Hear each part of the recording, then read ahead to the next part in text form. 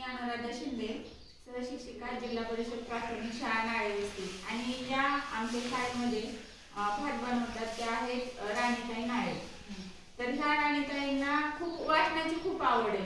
म्हणजे त्या रोज आल्यानंतर, शाळेत आल्यानंतर जेव्हा त्या भात टाकतात आणि त्या राहिलेल्या वेळामध्ये त्या वाचत बसतात. मी रोज पाहते त्या वाचन करतात. मग ही वाचनाची आवड तुम्हाला कधीपासून आहे? मला लहानपणापासून एवढी आवड होती वाचनाची जास्त.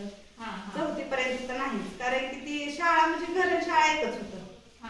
पण पाचवीच्या पुढं शिक्षक लोक पण अशी हायस्कूलला गेल्यावरती ध्यान द्यावं लागलं, कारण की मार्क जास्त बसायचा शाळेत गेल्यावर. काहीच येत नव्हतं म्हणल्यावर मार्क जास्त भेटायचं ना. मार्क भेटल्यावर अभ्यास करावा लागायचा. मग तेव्हापासून मला जास्त म्हणजे वाचनाची गोडी लागली. पुस्तकं, पहिलं पुस्तकं वाचायला लागली. शाळेची पुस्तकं वाचायची. शाळेची पुस्तकं सोडून इतर पुस्तकं काही वाचले का तुम्ही? लग्न होस्तर म्हणजे वाचलीच नाही बाहेर अशी दुसरी पुस्तकं. पण लग्न झाल्याच्या नंतर अशी म्हणजे जी घरात पुस्तकं येतील वाचनासाठी किंवा ग्रंथालय काय असं वेगवेगळं देवाची पुस्तकं ही अशी घरात येत होती. म्हणजे कशाच्या तरी निमित्ताने कोणतरी आणत होत ती. आणि शाळेत पण लायब्ररी सुरू झाल्यापासून मग पोरींकडून कवा तरी ती पुस्तकं मी घेऊन या म्हणायची. मला जी आवड आहे वाचायची ती त्यांना म्हणायची मला आणत जा, कारण की इतिहास हा माझा आवडता विषय. त्यामुळे मी जास्त करून इतिहास ही पुस्तकं जास्त वाचते. छत्रपती महाराजांची, संभाजी महाराजांची ही पुस्तक मला लय आवडतात वाचायला. त्यामुळे मी जास्त करून त्याचं वाचन जास्त करते.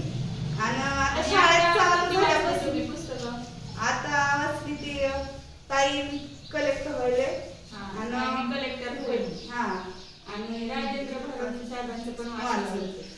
ती दोन पुस्तकं वाचली मी. म्हणजे भारताच्या वेळात आपला वेळ काढून काम आवरल्याच्या नंतर ना तेवढं पण वाचलं. सुधा मूर्तींचं एक वाचलं, कारण की त्यांचा अनुभव कसा कसा होता त्यांच्या जीवनात, ते आपल्या जीवनात पण आहे असं त्यांनी सांगून दिलंय की किती जरी आपल्याला संकट आली तरी आपण त्याच्यावर मात करू शकतो. किती गरीब परिस्थिती असली किंवा नोकरीच असा नियम नाही त्यांचा की आपण कसल्याही क्षेत्रात गेलो तरी आपण त्यातनं त्याला सामोरे जाऊ शकतो. वाचनामुळे म्हणजे तुमच्या मनावर काय परिणाम झाला? मला पॉझिटिव्ह विचार यायला लागले का? पॉझिटिव्ह जास्त झाले का तुमच्यामध्ये? माझ्या मनात असे विचार येतात की आपण जास्त पुस्तकं जेवढी वाचन तेवढं आपल्याला जास्त ज्ञान मिळते. मग आपण आता बाहेर ते ज्ञान देऊ शकत नाही, पण आपल्या लेकरांसाठी ते उपयोगी येऊ शकतं असं माझं म्हणणं आहे.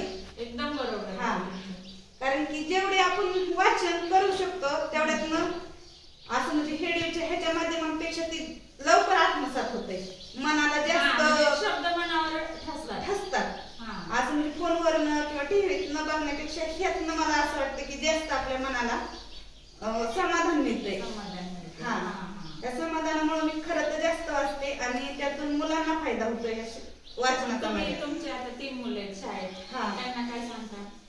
मी नेहमी सांगते वाचन करत जा, वाचनाची आवड लावा. बरं, तुम्ही आतापर्यंत खूप पुस्तकं वाचलेली आहेत, तर तुमच्या आवडीचं पुस्तक कोणतं आहे? आयुष्याचे धडे. आयुष्याचे धडे गिरवताना सुधा मूर्तींचं. मग तुम्हाला हे पुस्तक का आवडलं बरं? म्हणजे काय आवडलं त्या पुस्तकातलं नेमकं? त्या पुस्तकातलं मला असं आवडतंय की आपल्या आयुष्यातली जडणघडण ही त्याच्याशी निगडीत आहे. ते पुस्तक ते आपल्या आयुष्याशी पूर्ण आयुष्याशी निगडीत आहे. जरी त्या खूप मोठ्या व्यक्तीत त्यांनी इतकं जवळून जग बघितलं की आपण एकदम बारीक नाजूक परिस्थितीतील महिलांना किंवा व्यक्तींना कसं मोठ्या उत्साहाने तयार करू शकतो, हिंमत देऊ शकतो. प्रत्येक सामान्य माणूस सुद्धा एकदम पुढे जाऊ शकतो. हिंमत म्हणजे त्या पुस्तकातनं तशी हिंमत मिळते, कारण की ती पुस्तक इतकं चांगलंय की प्रत्येक आपल्या पावलागणे आपल्या आयुष्याच्या ते धडा देऊन जाते. मी बघत होते तुम्ही वाचताना मला ते पुस्तक लय खूप आवडलं, कारण की पहिल्यापासून जसं आपल्या आयुष्यात घडतंय तसं त्यांनी त्या पुस्तकात वर्णन केलंय सगळं.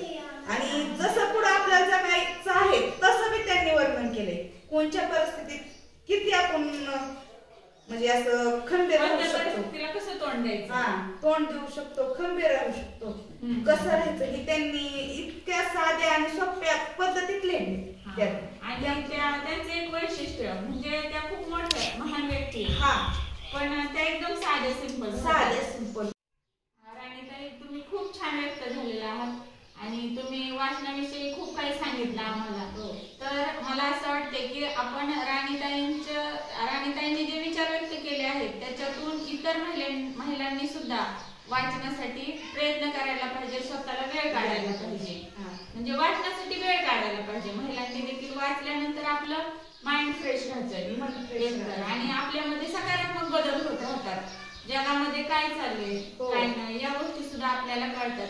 तेव्हा आज जागतिक महिला दिनानिमित्त इतर महिलांना मला एवढंच सांगावं वाटते की तुम्ही देखील वाचन करत चला. तुम्हाला जेवढं जमल तेवढं तुम्ही वाचत चला. धन्यवाद ताई.